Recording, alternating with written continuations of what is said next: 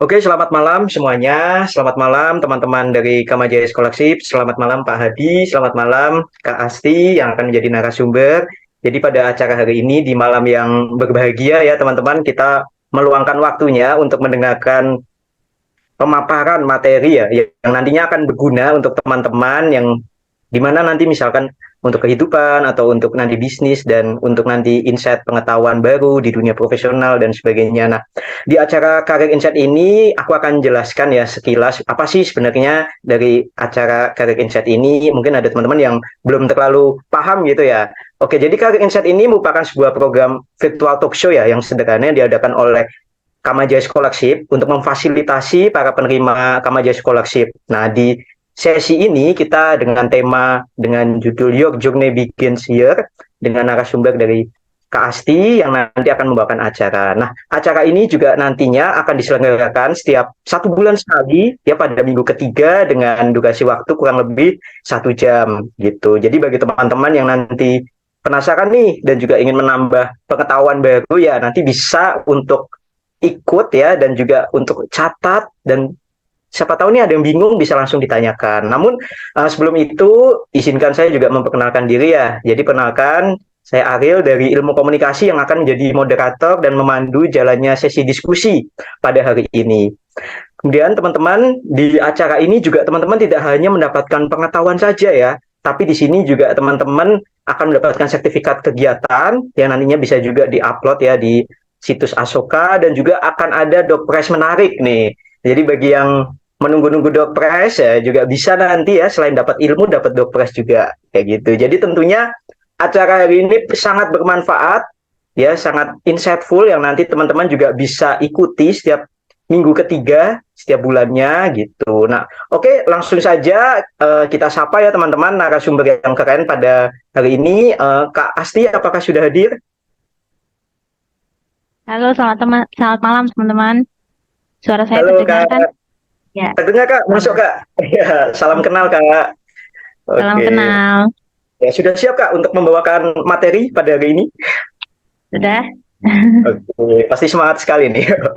Oke, saya juga semangat sekali nih untuk mendengar ya sesi pada hari ini. Namun sebelum itu, izinkan saya untuk membacakan CV singkat ya dari Kak Asti. Jadi Kak Asti ini dari Universitas Atmajaya Yogyakarta, kemudian SMA juga di Negeri 1 Temanggung, kemudian pengalaman kerjanya dari Departemen Purchasing PT Tirta Alam Segar Bekasi, kemudian juga pernah di Departemen Research and Development PT Inti Daya Guna Aneka Warna Malang, kemudian menjadi asisten laboratorium mikrobiologi, asisten laboratorium fisiologi hewan, kemudian untuk pengalaman berorganisasi pernah menjadi tim seleksi beasiswa Kamajaya, Seven Asian Youth Day Yogyakarta, kemudian komunitas Garuda Katolik dan menjadi paduan suara mahasiswa Atmajaya Jogja. Kemudian untuk prestasi menjadi keempat Asia Pacific Choice Game di Sri Lanka, kemudian Grand Prix of Nation Colombo di Sri Lanka dan beasiswa Kamajaya dan beasiswa prestasi potensi akademik. Jadi sangat banyak sekali prestasi, kegiatan dan juga pengalaman ya dari Kak Asti pada sebagai narasumber pada hari ini. Nah, oke, mungkin tidak usah berlama-lama lagi ya biar teman-teman juga bisa mendapatkan pemaparan materi yang sangat insightful. Nah, saya persilakan waktunya untuk Kak Asti memberikan materi. Silakan Kak. Terima kasih. Selamat malam teman-teman. Masih semangat ya? Halo? Semangat Ya, Kak. nggak apa. Eh, ya, di Semangat sini semua. kita nanti sama-sama buat sharing ya teman-teman. Nggak ada teman-teman yang diam saja atau mendengar saja gitu ya. Oke. Mas Daniel bisa dibantu apa PPT-nya? Langsung next aja Mas.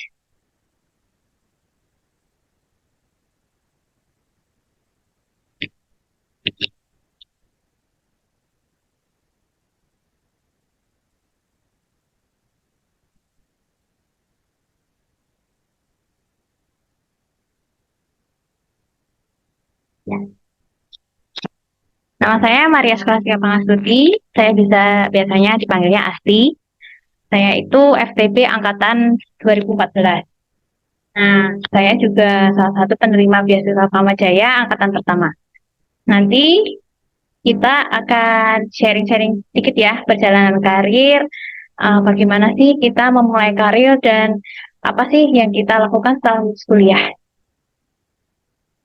Next, Mas. Nah, setelah lulus kuliah, teman-teman masih bingung ya. Saya tuh maunya kerja dulu, apa S2 dulu ya. Mumpung masih fresh nih, kayaknya baiknya S2 dulu. Tapi kok saya butuh uang buat menghidupi diri sendiri gitu ya, biar nggak ketergantungan sama orang lain. Nah, baiknya apa dulu ya? Nah, dari sini teman-teman bisa mempertimbangkan beberapa hal. Pertimbangannya adalah yang pertama, apa sih impian yang ingin dicapai? Nah, setelah lulus nanti tuh coba deh terawang 5 tahun ke depan, saya tuh ingin jadi orang yang seperti apa tuh. Terus apa sih tujuan utamanya kita untuk S2 atau kita bekerja itu saya itu pengennya apa? Tujuan utamanya apa? Kemudian yang ketiga, nah ini untuk teman-teman yang mau lanjutin S2 ya. Apakah jurusan yang diambil itu bisa membuat karir meningkat? Kemudian yang keempat, ketika kita mau bekerja, bidang apa sih yang ingin tempat aku bekerja? Yang kelima, secara finansial, ketika kita melanjutkan untuk kuliah S2, apakah kita udah siap? Emang sih di luar sana banyak sekali beasiswa-beasiswa, tapi perlu diketahui dan perlu perhatikan lagi beasiswa itu udah include apa saja. Jangan sampai nanti setelah kita dapat beasiswa ternyata biaya yang dikeluarkannya itu lebih banyak daripada estimasi kita. Lanjut, Mas. Nah,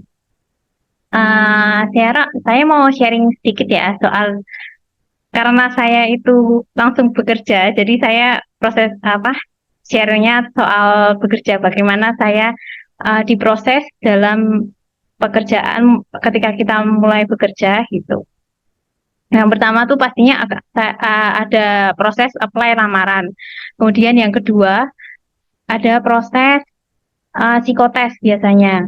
Yang ketiga itu ada interview, biasanya ada 3 macam sih, interview user, HRD, atau manajerial. Tapi ini juga beda-beda ya teman-teman. Nah, kemudian yang keempat itu probation, masa percobaan gitu. Ini juga tergantung dari kebijakan masing-masing, ada yang 6 bulan, ada yang 3 bulan. Nah, lanjut. Nah, dari situ tuh apa sih yang harus kita persiapkan? Lanjut. Yang pertama, pastinya kita harus apply lamaran kan. Dari pengalamanku sebelumnya, saya itu apply lamaran setelah sebulan atau 2 bulan lulus kuliah. Padahal apply lamaran itu bahkan kalian bisa mencicil di sebelum kalian wisuda. Nah, dari selesai sidang skripsi itu kan masih ada range tenggat apa ya? Range waktu lah buat istirahat gitu ya. Nah, itu tuh kalian bisa manfaatkan waktu tersebut buat coba bikin CV, coba buat cari-cari loker kayak gitu. Nah, yang pertama dari apply lamaran ini, yang pertama jangan batasi platform pencarian lowongan pekerjaan. Kalian bisa coba cari di Jobstreet, Telegram, LinkedIn, website perusahaan, job fair, dan sebagainya. Dulu saya kan pengen bekerja di bidang makanan ya, karena saya tuh FTB itu jurusannya adalah bioteknologi pangan. Jadi perusahaan yang saya cari itu perusahaan-perusahaan makanan. Chemistry bisa lah, chemistry atau makanan gitu. Jadi saya iseng-iseng tuh di supermarket, coba cek-cekin produk-produk itu dari produksinya PT mana ya. Terus aku cari nih di internet, ada nggak ya websitenya? Kalau misalnya ada, langsung saya cek tuh di website tersebut tuh ada nggak lowongan yang sesuai sama minat saya gitu. Intinya jangan batasi platform pencarian lowongan teman-teman. Nah, kalau di LinkedIn sendiri biasanya saya um, ikuti atau connect seperti Mindo Education, CDA IPB, ini seperti karir apa ya, pencarian lowongan tapi webnya IPB, kemudian SCC UGM, atau bisa kalian bisa connect juga di HR perusahaan atau perusahaan itu sendiri atau alumni-alumni kita gitu. Lanjut. Yang kedua, setelah kalian dapat informasi lowongan, kalian harus riset dulu, teman-teman. Ini penting sekali, soalnya kalian harus tahu role kerja yang ada di situ tuh job desk-nya tuh apa. Kalian minat atau enggak? Cari tahu tentang perusahaan yang dilamar juga. Terus yang jadi note di sini itu proses rekrutmen enggak pernah minta kalian minta biaya buat kayak pendaftaran gitu harus ada biayanya gitu. Itu fix abal-abal sih. Jangan dilanjutkan lamar. Langsung cari yang lain aja. Kemudian yang ketiga, siapkan CV dan lamarannya. Nah, ini CV dan lamaran coba disesuaikan dengan kriteria yang ada di informasi lowongan pekerjaan. Jangan lupa kalian bikin schedule juga tiap minggunya. Misalnya nih, hari Senin sampai Selasa cari lowongan nih. Dikumpul-kumpulin, kemudian hari Rabu Kamis siapkan CV-nya sama persyaratannya. Hari Jumat dan Sabtu kirim lamaran. Lanjut. Yang keempat, perhatikan instruksi dan kriteria pada informasi lowongan pekerjaan. Sebelum kirim lamaran, double check. Coba cek lagi instruksi dan persyaratannya. Seperti kelengkapan dokumen, kecocokan kriteria, subjek pada email, gitu. Nah, itu 4 poin sih dari saya. Mungkin dari teman-teman lain, alumni lain bisa menambahkan lagi. Ada Mbak Gita di sini, ada Raras. Ya, kalau tidak ada nanti lanjut ke sesi diskus aja ya. Lanjut Mas. Kemudian, ini saya mau ngasih informasi sih dulu waktu saya kirim-kirim lowongan, kadang ada miss saat kirim lowongan. Jadi lowongannya itu malah justru lamarannya justru enggak keproses karena beberapa hal ini.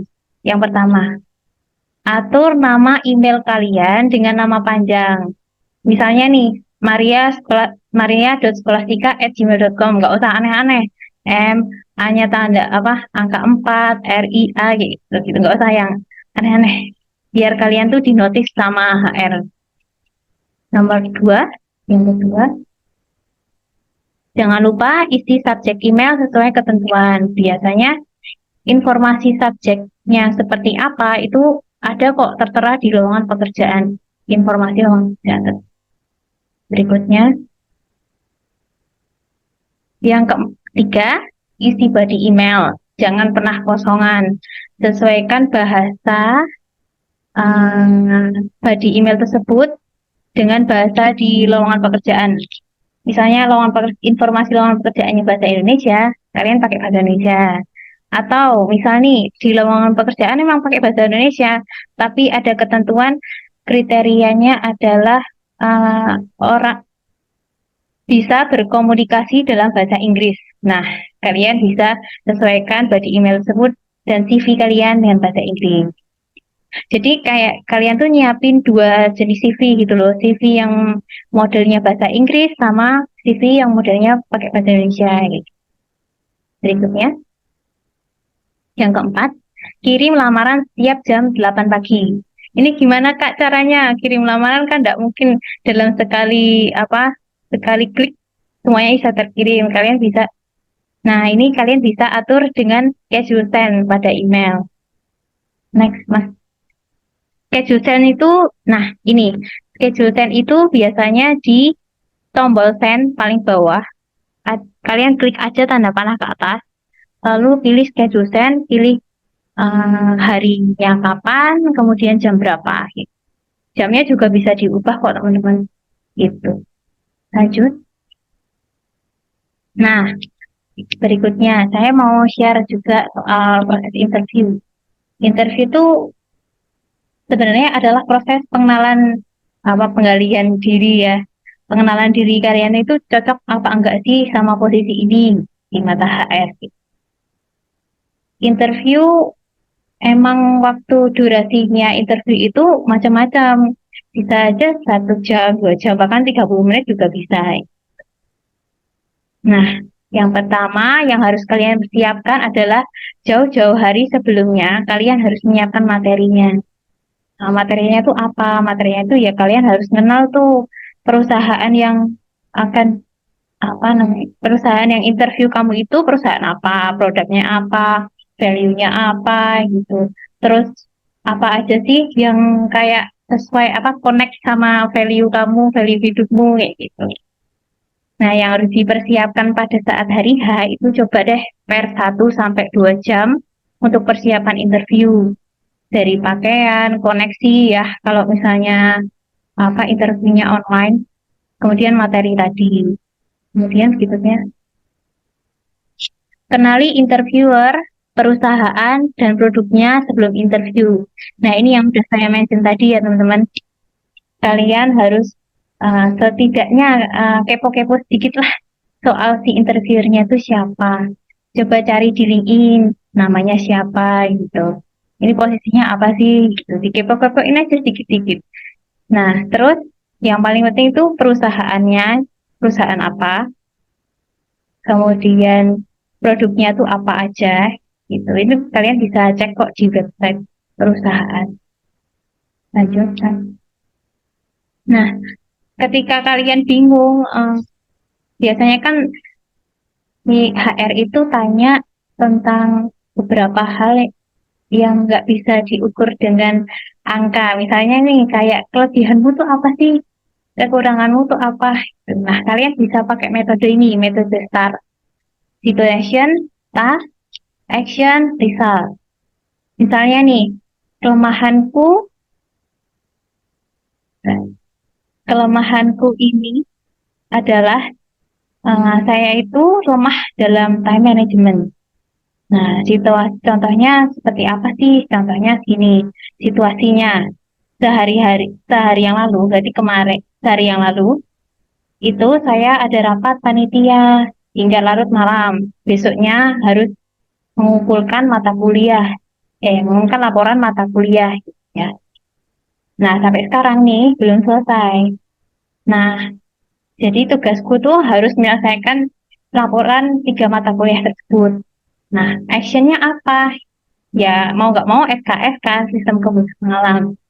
Saatnya, laporannya emang laporannya sudah selesai, tapi nggak maksimal. Nah, untuk mengatasi ini, saya coba untuk menyelesaikan pekerjaan setelah diberikan. Jadi, saya merefleksikan diri dan nggak mau menunda-nunda lagi. Gitu. Kemudian lanjut, Mas. Yang keempat, jadilah dirimu sendiri dan ciptakan dirimu yang otentik. Jadi kuncinya adalah be yourself. Nggak usah jadi orang lain. Terus, tapi teman-teman harus tetap sopan ya. Dan kelima, berikutnya, jangan lupa tetap antusias dan suaranya itu harus jelas. Tanda ketika kamu antusias, si HR itu akan menilai kamu, oh ini orang tertarik nih sama posisi ini. Mungkin itu bisa jadi nilai plus bagi HR. Nah, oke. Ini kan teman-teman masih belum lulus ya, betul ya? Halo, halo. Iya, Betul, Kak. iya. Kebanyakan semester berapa ya?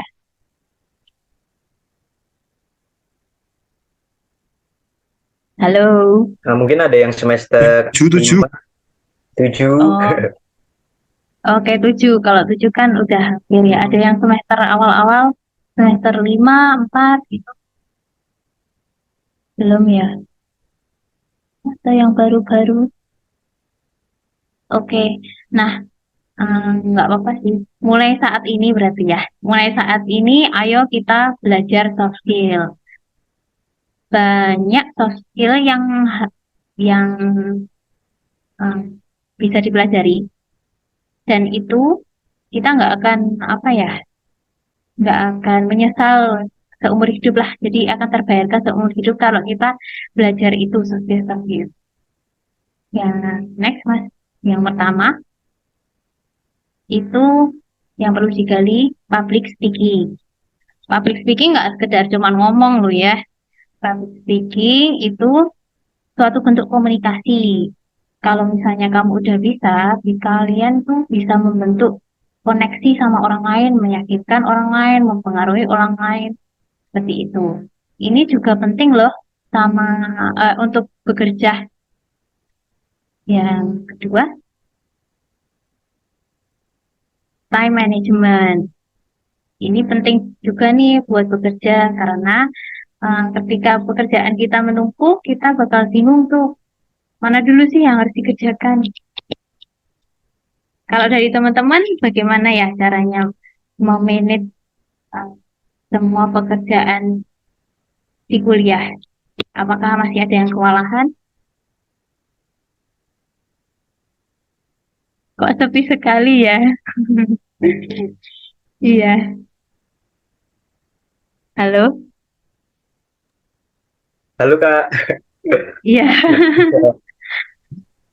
Ya kalau oke. dari saya sih paling ini sih mungkin yang urgent dulu kayak kan kebetulan saya ilkom nih jadi misalkan ada untuk presentasi nah itu menurut saya yang urgent itu saya bisa cicil dulu karena kalau misalnya nggak dicicil itu akan sangat sulit apalagi kalau misalkan komunikasi untuk presentasi itu kan yang dinilai komunikasinya nah jadi dari situ udah saya cicil dari seminggu yang lalu sih.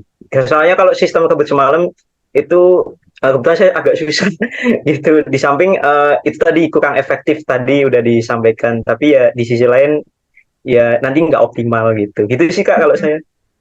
Oke, saya mau share ya. Ini sebuah insight yang saya dapat saat saya bekerja. Lanjut, Mas. Next. Ya. Namanya adalah Eisenhower Decision Matrix. Jadi, di matriks ini, next, Mas, ada 4 kuadran. Kuadran import, urgent important, not urgent but important, urgent not important, not urgent not important. Bingung ya? Oke. Coba ini aku ada sebuah ilustrasi, sebuah kondisi ya. Biar teman-teman bisa bayangin. Nah, yang pertama ada seorang ibu, dia punya bayi, bayinya itu menangis. Jadi kondisi pertama tuh bayinya menangis. Dia sedang memasak air. Kedua ya, memasak air. Kemudian yang ketiga ada telepon. Telepon berbunyi.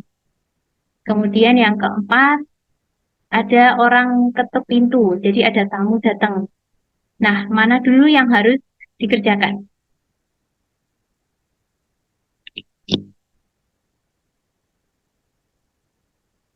Jadi yang pertama itu anak sama bayi menangis, ibu sedang masak, airnya udah mendidih, bel berbunyi, ada tamu, ada telepon masuk. Mana yang harus didahulukan?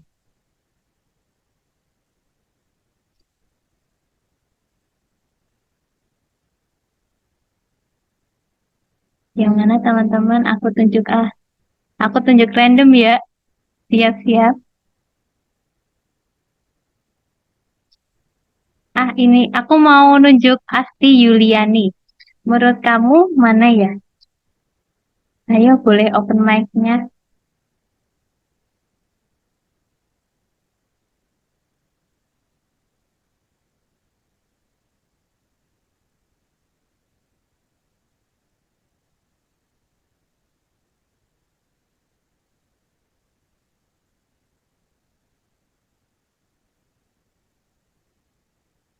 Sepertinya tidak menjawab.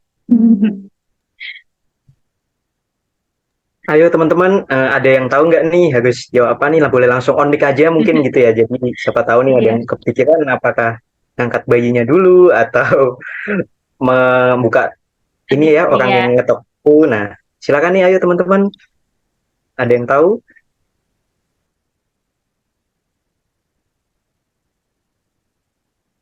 Kalau dari Mas Aryo sendiri gimana? Kalau dari saya sih kayaknya nggak tahu ya ini benar apa salah. Coba-coba dulu deh. Nggak apa-apa. Iya. Oke. Eh, Kalau saya pasti ke ini dulu, ke apa namanya, ke air dulu. Soalnya takut kan udah mendidih kan, takutnya meledak. Terus habis ke air, baru ini apa namanya, ke bayi, terus sekaligus jalan ke yang ngetuk pintu itu, baru teleponnya yang terakhir. Kayak gitu sih. Nah, gitu Kak. Gimana Kak? Iya, betul, jawabannya betul. Memang yang harus didahulukan adalah hal-hal yang urgent ya, yang berbahaya. Dan kalau misalnya memang nggak dimatiin dulu, nanti menimbulkan kebakaran gitu. Betul. Kemudian anak yang menangis itu urgent. Sorry, itu penting, tapi itu tidak urgent gitu ya. Kemudian ada bel bunyi, ada tamu gitu. Itu sebenarnya hal-hal yang bisa kita minta tolong sama orang lain atau delegate atau hal-hal yang urgent tapi not important kayak gitu. Terus yang telepon masuk itu bisa dikategorikan not urgent, not important karena apa kita bisa telepon balik gitu kan. Nah, next Mas coba.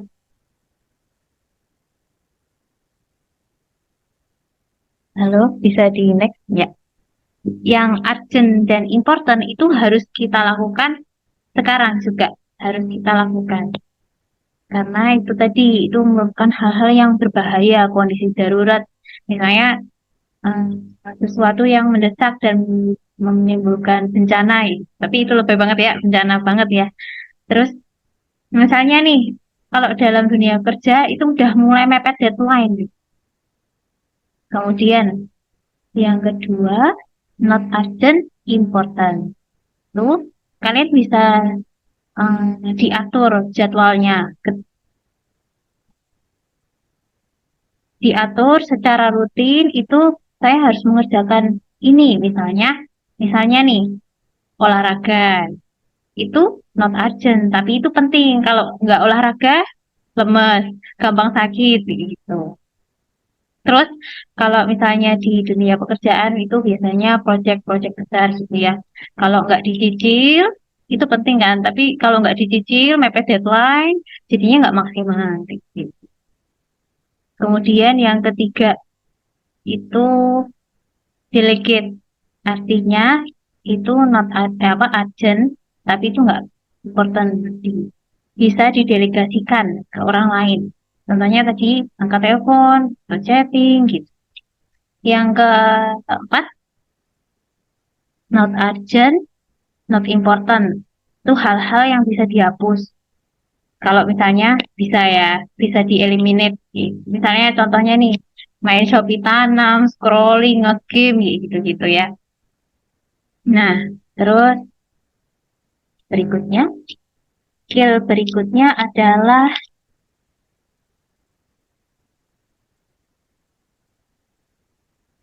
time management tadi juga ya. Skill berikutnya adalah empati.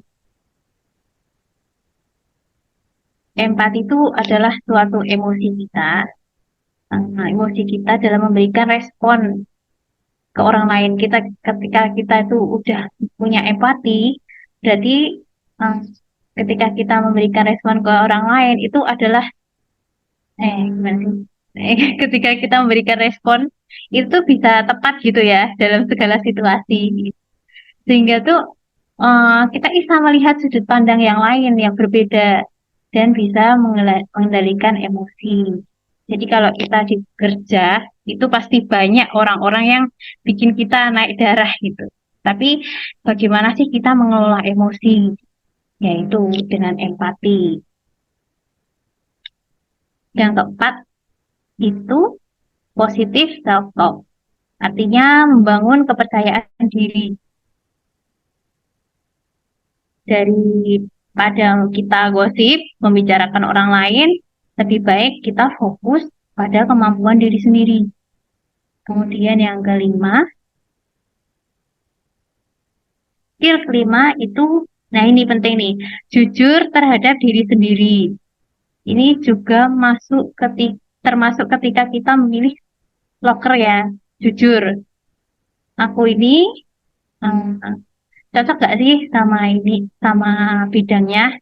Aku ini minat gak ya sama job desk-nya gitu. Jadi sadar akan kekurangan kita dan kelebihan kita. Jadi tahu apa yang kita butuhkan gitu. Terus skill yang keenam, nggak mengeluh dan fokus. Mengeluh itu nggak akan menyelesaikan pekerjaan kalian. Lebih baik kalian mencari solusi untuk masalah yang terjadi. Berikutnya, yang ketujuh, continuous learning. Kita harus mau belajar hal-hal yang baru, harus mau terus upgrade kemampuan atau ilmu yang agar kita nggak ketinggalan zaman. Yang ke-8, leadership. Nah, leadership itu nggak harus kita memimpin dalam sebuah forum loh ya, teman-teman. Kita tuh bisa mulai dari diri sendiri. Contohnya ya, mengendalikan diri agar kita nggak terbawa sama arus. Gitu. Contoh sederhananya adalah time management tadi. Komitmen. Kita tuh mau mengerjakan apa dulu nih, harus selesaikan dalam waktu sekian jam gitu. Ya udah harus diselesaikan nih. Dan berikutnya, nah ini hal-hal yang baru saja apa ya, saya dapat insight baru di kerjaan saya. Kamu ini ingin jadi orang yang idealis atau generalis? Kalau kamu ingin jadi orang yang idealis, itu berarti eh, kamu akan expert di bidang kamu. Dan biasanya orang-orang idealis ini adalah orang-orang yang apa ya, dia tuh cuma milih suatu karir yang sesuai sama jurusan. Misalnya nih, nah, saya punya teman FTB dulu ya. Dia itu emang suka banget sama di bidang pangan. Jadi dia tuh apa? Dia itu cari lowongan yang macam seperti QA, QC, R&D gitu-gitu. Nah, sampai sekarang nih, dia itu masih bekerja di bidangnya itu dan udah expert sekali gitu. Nah, yang kedua itu adalah orang yang generalis. Orang yang generalis itu biasanya eh, nggak nggak mesti bekerja di bidangnya. Jadi di mana aja dia bisa, lebih agile, lebih fleksibel.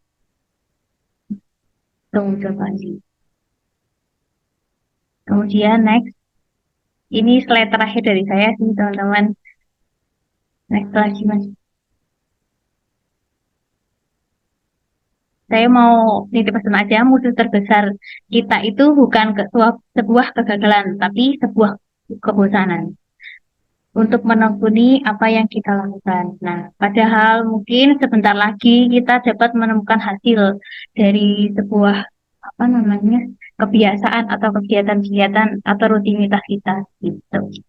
Terima kasih, sekian dari saya. Ada pertanyaan? Ya, makasih banyak Kak Asti. Mungkin aku bisa tutup dari kesimpulannya dulu kali ya. Jadi tadi kita udah belajar banyak ya untuk apa sih yang kita nanti mempertimbangkan setelah lulus ya, seperti kayak impian yang ingin capai, tujuan utamanya, terus jurusan yang akan diambil, terus sudah tahu belum nih kita mau bekerja dalam bidang apa. Nah, kemudian tadi juga sudah dijelaskan ya terkait dengan proses rekrutmen kerja ya dari apply, psikotes, interview dan probation gitu. Nah, kemudian yang menarik juga tadi Kak Asti juga udah menyampaikan ya terkait jangan batasi platform pencarian nih. Kebetulan tadi Atma Jaya ada job fair, nah saya juga ikut datang gitu ya melihat-lihat meskipun beberapa mungkin kebanyakan yang open itu nggak sesuai sama jurusan saya komunikasi gitu, tapi dari situ jadi tahu gitu, oh ternyata ada informasi penerimaan untuk leadership, terus ada informasi untuk pembukaan di bulan depan gitu. Jadi memang kita tidak boleh membatasi, tapi justru harus memperluas biar nanti kedepannya kita bisa tahu ya informasi apa nih yang ada gitu ya dari perusahaan-perusahaan tersebut. Nah, kemudian kita juga belajar ya tadi terkait dengan email, terus interview ya mengenali diri sendiri dan menjawab pertanyaan dengan metode STAR, dan juga dapat tambahan pembelajaran baru nih dari Eisenhower Decision Metric ya, Jadi urgent not urgent, important not important yang menurut saya tuh itu pengen saya terapkan gitu. Soalnya ya itu kadang memang suka ini sih, suka salah menempatkan waktu, menempatkan mana yang penting dan yang nggak penting. Nah, mungkin bagi teman-teman juga ini bisa ya dipakai nanti ketika nanti menjalani proses perkuliahan, ketika mengerjakan tugas, itu bisa dipakai. Nah, kemudian yang terakhir tadi ada yang bagaimana generalis atau idealis. Nah, itu yang dapat saya simpulkan. Nah, kemudian bagi teman-teman nih yang pengen ada apa yang ingin tanya ya langsung ke Kak Asti atau misal penasaran sih gimana sih ketika nanti wawancara atau nanti ketika kita menyusun action forward decision metric dan sebagainya, silakan nih teman-teman yang mau tanya nanti bisa raise hand gitu atau mungkin yang ada gangguan sinyal bisa langsung chat aja di kolom komentar dan nanti jangan lupa untuk yang tanya kita juga ada door prize nih, door prize menarik ya berupa kaos merchandise dari Kama Jaya gitu. Jadi bagi teman-teman yang menanya, yang ingin bertanya silakan kami berikan kesempatan gitu.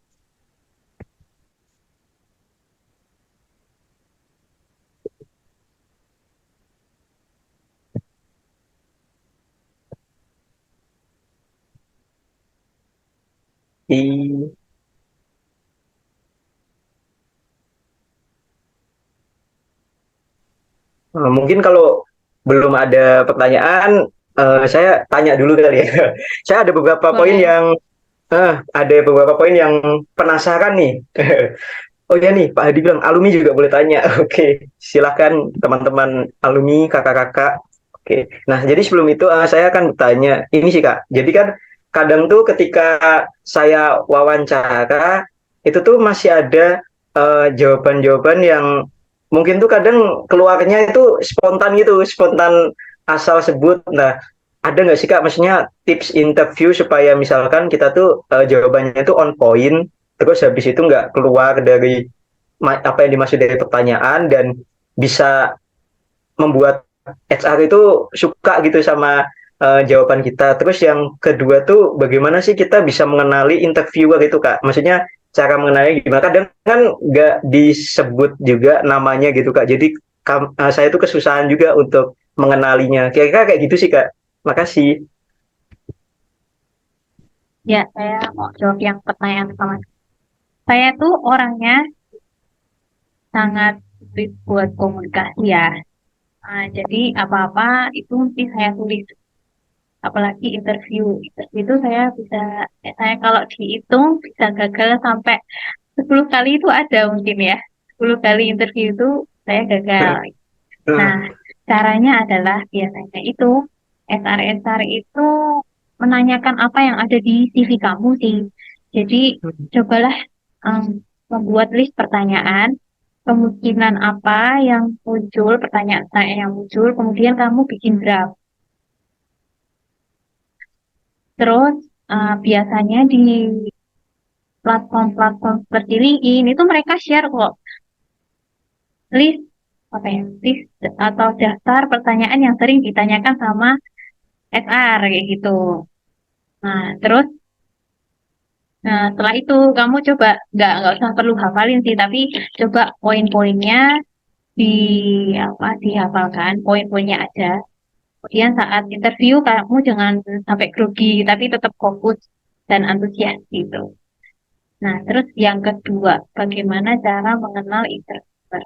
Nah, ini emang agak sulit sih kalau misalnya emang si apa apa sih pengumuman kamu lolos interviewnya apa enggak itu ada namanya atau enggak gitu loh. Jadi kalau misalnya ada namanya, kamu bisa cek kan. Kalau misalnya enggak ada namanya, ya itu random banget. Tapi biasanya cobalah cek saya di LinkedIn, SR misalnya SR PT apa itu siapa aja sih. Seenggaknya kamu kenal dulu lah.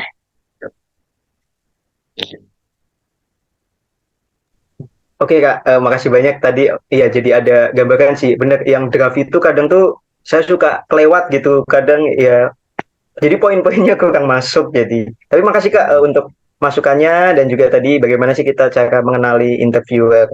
Nah, terus ini udah ada satu pertanyaan nih Kak, aku izin bacakan. Jadi dari Kak Yusril Pratama, Kak, seberapa pengaruh sih gestur badan dan ekspresi muka ketika kita interview atau impress ke HR? Seperti itu Kak pertanyaannya. Oke, silakan.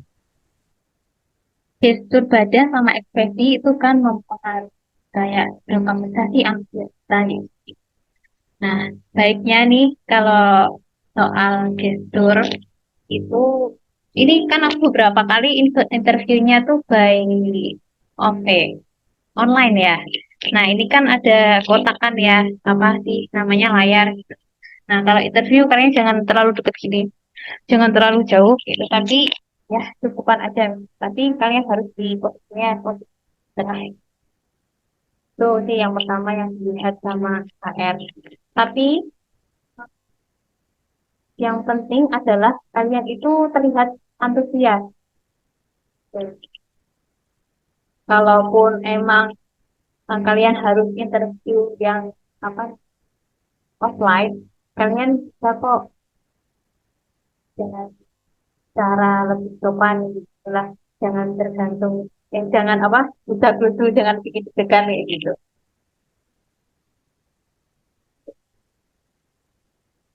Atau Oke, dari alumni lain mungkin bisa sharing pengalaman teman-teman ketika kalian apa namanya interview gitu.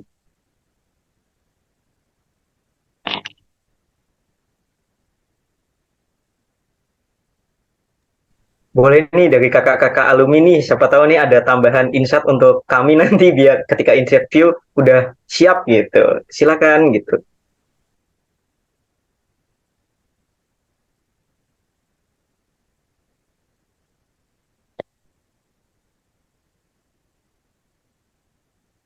Atau dari teman-teman mungkin ada pertanyaan lagi. Ya silakan nih teman-teman, kalau ada yang pertanyaan boleh langsung tanyakan karena ternyata dopresnya nggak cuma kaos Extenders Kamajaya aja, tapi ada banyak nih. Ya nanti masih kita rahasiakan, tapi yang pasti nanti akan ada dopresnya. Silakan teman-teman yang mau tanya atau oh ini ada yang rahasia nih. Silakan Kak. Hai Ci. Oke. Halo semuanya. Masuk kan suaraku? Masuk masuk.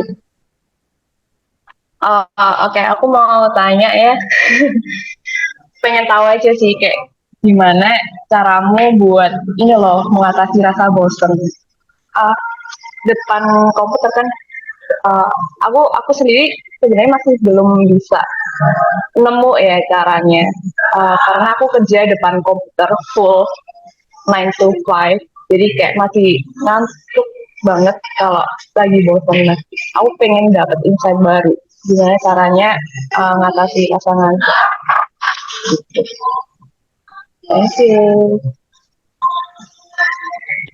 Out of the box banget ya ini pertanyaannya. Saya juga iya. Saya tuh bekerja juga iya dari jam 8 sampai jam 5 sore, bahkan kalau lembur tahulah jam 8 malam kayak gitu. Itu di depan komputer. Tapi kuncinya adalah kalau kamu tuh senang sama pekerjaanmu, kamu tuh capek, gak apa-apa capek, kamu tuh bosen ya apa, tapi kamu tuh senang gitu loh. Capek tapi bahagia. Gimana? Nah, kalau mengatasi rasa bosan, tiap orang mesti ada titik demotivasi ya, merasa jenuh gitu. Cobalah kamu pakai eh, kayak dikasih waktu gitu loh. Misalnya 10 menit bekerja, misalnya 1 menit buat istirahat gitu, buat ngulet-ngulet dikit gitu. Misalnya seperti itu, biar nggak bosan. Atau jalan-jalan bentar lah, aku ngopi bentar gitu. Kalau boleh ngopi ya, ngopi bentar. Habis itu nanti mulai kerja lagi, harus fokus. Coba terapin deadline nih. Misalnya dari jam 1 sampai jam 2, ini aku harus menyelesaikan project A gitu. Selesai nggak selesai harus stop kayak gitu. Nanti lanjut lagi jam berapa kayak gitu. Diselang-selangin coba. Cepet. Oke, ini apa kan jadi bikin deadline kok kayak misalnya project A, mau berapa jam. Biasanya sering nerapin ini nggak sih kayak apa sih kompensasi atau apa reward, atau kalau aku nggak nyelesain itu aku harus ngapain, kalau aku nyelesain aku harus ngapain. Ya, itu bisa aja diterapin. Tapi kalau saya pribadi kayaknya nggak cepet deh kayak gitu karena pekerjaan saya selalu mengalir kayak gitu ya teman. Ya gitu sih kalau pengalaman pribadi kayak gitu. Oh,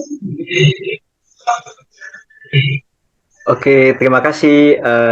Bisa lanjut ke ini ada yang tanya lagi soalnya. Oke, dari Ya mungkin boleh. dari Kak Adom, saya persilahkan gitu. Oke ya, sebelumnya makasih ya atas kesempatannya. Di sini aku dari KS batch batch 6 dari di semester 7. Aku mau nanya seputar interview sih sama kayak tadi. Tapi ini kita soal organisasi. Kan kita di sini banyak yang ikut organisasi kan Kak. Mau nanya sebenarnya kalau pas hiring itu pengalaman organisasi itu seberpengaruh apa sih? Atau sebenarnya yang berpengaruh itu malah output dari organisasi itu? Makasih. Baik, seberapa pengaruh pengalaman organisasi itu gimana ya? Tergantung dari apa yang di-apply. Kalian cocok nggak nih kira-kira sama job desk-nya, sama kayak karakter di posisi itu seperti apa gitu. Misalnya nih, aku pernah jadi ketua OSIS. Kebetulan nih emang yang aku apply itu apa ya contohnya? Head misalnya, tapi halu banget ya, terlalu tinggi tapi nggak apa-apa. Head of production kayak gitu. Nah, itu kan harus butuh banget tuh pengalaman memimpin. Nah, itu mesti mereka HR tuh tahu kok apa yang harus digali gitu. Jadi ya kalau kamu punya pengalaman organisasi, seperti yang udah aku infoin tadi, jangan mengandalkan CV, tapi kamu harus kayak memberikan sebuah narasi apa apa ya menerangkan bahwa di organisasi itu aku berperan sebagai apa sih gitu. Seberapa besar sih apa tugas-tugasku? Gitu. HR pasti tahu. Tenang saja. Oke Kak, makasih. Ya, sama. Oke, makasih Kak Adom. Oke, selanjutnya ini ada Kak Grace. Silakan Kak. Ya, terima kasih. Selamat malam semua. Kak Asti, saya Ya. mau bertanya seputar interview tadi juga. Kalau Kak Asti kan tadi sudah menjelaskan bahwa kalau misalnya kita ditanya tentang kelemahan, menjawabnya seperti tadi. Nah, untuk kelebihannya, misalnya kita ditanya itu gimana supaya meyakinkan HR, terus supaya apa ya? Gimana cara ngejelasinnya gitu loh Kak. Contohnya tuh seperti apa? Itu kalau ditanya Oh, kelebihan. Ya, supaya makasih. kalau ditanya kelebihan kelihatannya nggak sombong gitu ya. Ya, Nah, itu gitu. tadi pakai ya tadi sama sih penjelasannya sama. Itu seperti itu pakai metode STAR. Coba aku tanya deh ke Chris. Chris, kelebihanmu apa? Coba kamu jawab pakai metode STAR. Aduh, aduh jadi kayak uji. Bentar, Kak. Nggak apa-apa, nggak apa-apa.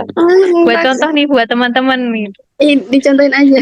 Saya belum. Loh, aku pengennya kamu yang nyontohin gimana nih? Yuk bisa yuk, bisa yuk. Kakaknya dulu aja nanti. Saya malu. Oke, nggak apa-apa. Aku misalnya contohnya adalah tadi ya, saya tuh time kelebihan saya adalah time management saya bagus nih. Wah, nanti situasinya coba seperti apa? Situasinya misalnya saya waktu saya kuliah, saya memiliki jadwal yang sangat padat. Tiap hari saya ada praktikum. Nah, minggu depannya saya tuh harus mengumpulkan hasil praktikum di minggu lalu, minggu ini gitu. Nah, itu situasinya. Tugas saya apa? Saya harus menyelesaikan laporan praktikum itu tepat waktu, gitu kan. Nah, terus action saya gimana? Nah, action saya adalah ketika sudah selesai praktek, saya menyempatkan diri 1 jam atau 2 jam untuk menyelesaikan apa sih laporan. Tuh. Terus risetnya apa? Risetnya saya bisa menyelesaikan laporan itu tepat waktu dengan catatan hasilnya pun memuaskan. Kayak gitu sih contohnya, sama aja Iya, terima kasih. jawabannya. Sama-sama. Terus mau nanya lagi, misalnya Boleh. Kak Ed bertanya, kamu mau gaji berapa gitu? Oh Terus iya, ya, ini bisa jadi pembahasan lain kali ya, karena itu juga ada trik-triknya sih. Kalau oh, secara umum nih, ini kan teman-teman fresh grad ya, jadi di SR itu eh, bisa jadi eh, melihat dari nilai plus kamu dalam kegiatan organisasi atau dalam prestasi-prestasi kamu, ya gitu-gitu. Nah, tapi kalau menjawab itu, kalau kalian harus cek dulu tuh UMR di kota itu berapa. Kira-kira nih UMR-nya itu bisa nggak buat memenuhi kebutuhanmu. Mungkin mungkin itu next ya kayaknya masih perlu nyiapin materi lagi nih. Nah, mungkin dengan jawab itu dulu. Tapi kalau misalnya ya teman-teman nggak bisa jawab, ada kok kalimat-kalimat yang diplomatis yang lebih jawabannya lebih halus gitu ya. Misalnya, ya berdasarkan dari pengalaman yang saya peroleh selama masa kuliah, saya misalnya apa namanya punya pengalaman dalam bidang leadership dan ini itu relate sama pekerjaan yang nantinya saya kerjakan nih. Nah, dari situ saya uh, buat apa namanya? Saya uh, saya ingin mengajukan sekian nih, sekian sampai sekian dari range UMR nih. Biasanya sih menggunakan range UMR.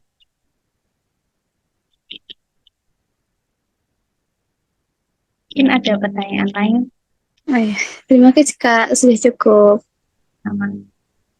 Oke, terima kasih. Kita sekarang beranjak ke pertanyaan terakhir ya, karena keterbatasan waktu. Oke, kami persilakan ke Kak Brigita untuk on mic dan memberikan pertanyaan. Oke, halo selamat malam semuanya. Suaraku bisa didengar jelas? Oke, maaf aku nggak bisa on cam karena jaringan di sini lagi jelek banget. Perkenalkan aku Brigita, bisa dipanggil Brigit atau Gita. Aku alumni Kamaja Scholarship batch 2. Selamat malam Pak Hadi, Asti, dan teman-teman semua. Di sini aku nggak malam, aku tidak bertanya ke Asti, cuman tadi menarik banget pertanyaannya Brigita Pramesti, karena tadi bertanya soal insight ketika kita bosan dengan pekerjaan, yaitu aku juga lagi ngalamin banget. Kayaknya setahun atau 2 tahun terakhir deh, sampai akhirnya aku ngobrol sama teman di kantor, terus akhirnya aku tahu suatu teknik namanya teknik Pomodoro. Mungkin teman-teman di sini bisa googling, itu sangat membantu untuk meningkatkan produktivitas kerja juga teman-teman yang sekarang lagi kuliah. Jadi di situ teorinya adalah teknik pengaturan waktu yang telah diperkenalkan pada akhir tahun oleh seseorang yang bernama Francesco Cirillo. Nah, itu tuh kita di situ diberi suatu trik untuk memfokuskan diri pada interval selang waktu. Nah, ketika aku tahu teori itu, terus ngobrol sama temanku tuh, apa yang aku lakukan untuk menerapkan hal itu yang bisa menunjang produktivitas aku ketika lagi capek banget ngelihatin angka dan lain-lain, karena aku juga kerjanya back office 9 to 5, itu aku disiplin. Jadi setiap setengah jam aku ambil interval waktunya tuh setengah jam. Jadi setiap 25 menit itu aku memang fokus bekerja, terus aku ambil jeda waktu 5 menit untuk istirahat. Jadi istirahatku tuh kayak ke toilet, terus ngobrol sama teman antar divisi lain, bikin kopi, atau enggak sekedar peregangan aja, atau kayak baca-baca artikel lain itu selama 5 menit. Nah, setelah 5 menit selesai, kita lanjut lagi kerja. Jadi itu sih yang bisa aku sharingkan untuk nambahin jawaban untuk Brigita Pramesti. Thank you. Oke, terima kasih Kak. Jadi insightful sekali ya tekniknya itu bisa teman-teman terapkan juga ya ketika di dunia perkuliahan sehingga nanti bisa lebih optimal lah ya dalam mengerjakan tugas gitu. Nah, terima kasih teman-teman tadi juga yang udah bertanya. Terima kasih kakak-kakak alumni udah memberikan insight, Kak Asti, Kak Brigita, dan teman-teman alumni lainnya. Makasih juga. Nah, kemudian di akhir sesi ini kita nggak kerasa ya, jadi waktunya sangat singkat sehingga udah di akhir sesi aja. Nah, teman-teman juga jangan lupa untuk mengisi link presensi ya, sudah dibagikan oleh Kak Johan Laksmita di kolom chat. Nanti teman-teman bisa isi dan nanti untuk yang nanya, nanti bisa untuk mengambil dopresnya dengan mengkontak Kak Margareta Lisa ya. Itu sudah ada di kolom chat nomornya. Kira-kira seperti itu. Namun sebelum kita mengakhiri sesi, diingatkan juga bagi teman-teman, nanti sertifikat jangan lupa untuk diunggah di Asoka sebagai bukti ya keaktifan dari teman-teman dalam mengikuti kegiatan Kamajaya seperti itu. Dan sebelum kita mengakhiri, kita marilah untuk foto bersama terlebih dahulu. Jadi saya persilakan teman-teman untuk on cam ya menampilkan wajah terbaiknya yang cakep-cakep, yang ganteng dan cantik. Nanti akan dipandu oleh panitia untuk sesi foto. Silakan.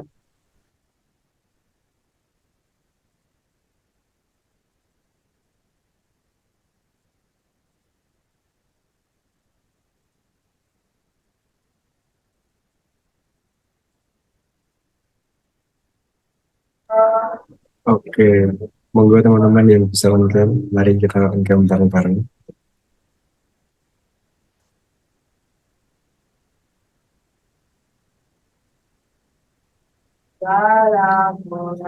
Oke, jadi mulai foto ya. 1, 2, 3. Oke, sekali lagi. 1, 2, 3. Oke, sudah. Terima kasih.